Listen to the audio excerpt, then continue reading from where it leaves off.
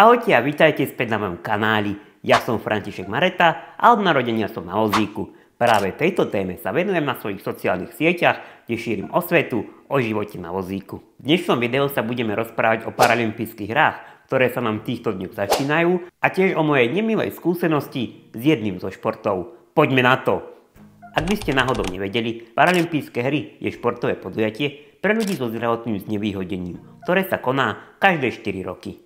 Koná sa pravidelne hneď po olympijských hrách. Tento rok, ako je dobre známe, bude Paralympiáda v Paríži. História paralympijských hier siaha až do roku 1948, keď začala Paralympiáda. Vtedy to bolo iba malé stretnutie britských veteránov z druhej svetovej vojny.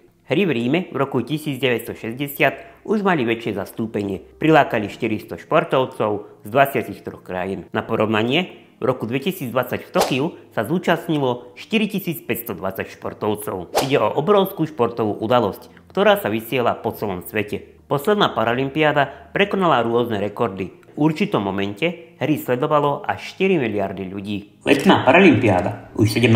v poradí, bude mať v programe 22 športov. A to boču, golbal, peťkový futbal, para lukostreľbu, para atletiku, para badminton, para kanoe, para cyklistiku, para jazda na koni, para judo, powerlifting, para veslovanie, para plávanie, para stolný tenis, para taekwondo, para triatlon, para streľba, para volejbal, basketbal, šerm, rugby a tenis na vozíku. Slovensko budú reprezentovať 26 športovci. Rovnako ako na olympiádu, ani na paralympiádu sa nedostane každý. Človek musí roky trénovať, aby mal takúto výnimočnú možnosť. Nie je to tak, že sa stačí prihlásiť a idem tam. Sú tam športovci, ktorí sa danému športu venujú veľmi dlho. Aká je moja skúsenosť s jedným zo športov? Tí, čo ma poznáte bližšie, viete, že ja osobne mám veľmi rád šport. Či už pozeranie futbalu, pričom mám často nervy, alebo cvičenie v posilňovni. No s jedným z paralympijských športov mám jednu nepríjemnú skúsenosť, na ktorú veľmi nerad spomínam. Keď som bol mladší, náhodou som objavil šport s názvom boča. Boča je jedným zo športov na paralympijských hrách.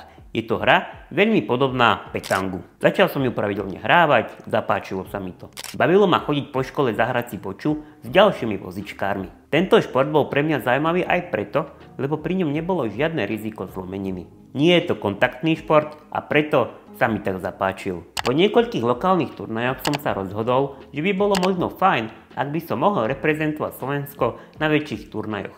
Prípadne časom sa dostať na paralympijské hry. V tomto športe boča sú ako v mnohých ďalších iných športoch rôzne kategórie, do ktorých vás začlenia, aby ste mohli hrať s človekom, ktorý má podobný handicap. No a keď som sa šiel spýtať trénera, či môžem byť zaradený do jednej z kategórií, dostal som veľmi ostrú a až drzú odpoveď. Doslova mi bolo povedané, že mám malý postih a že čo tu hľadám.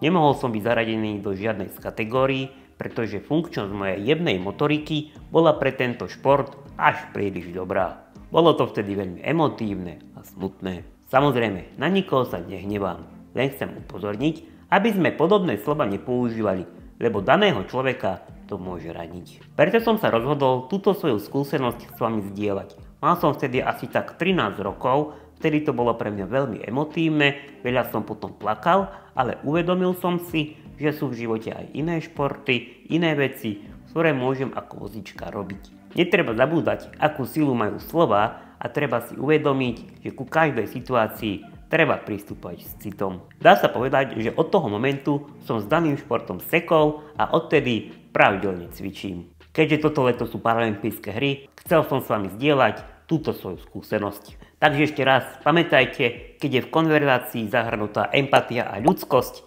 všetko sa odkomunikuje ľahšie. Tak či tak, paralympijské hry budem pozerať, veľmi sa na to teším sa na top výkony, budem fandiť všetkým našim športovcom, aby získali čo najlepšie umiestnenia.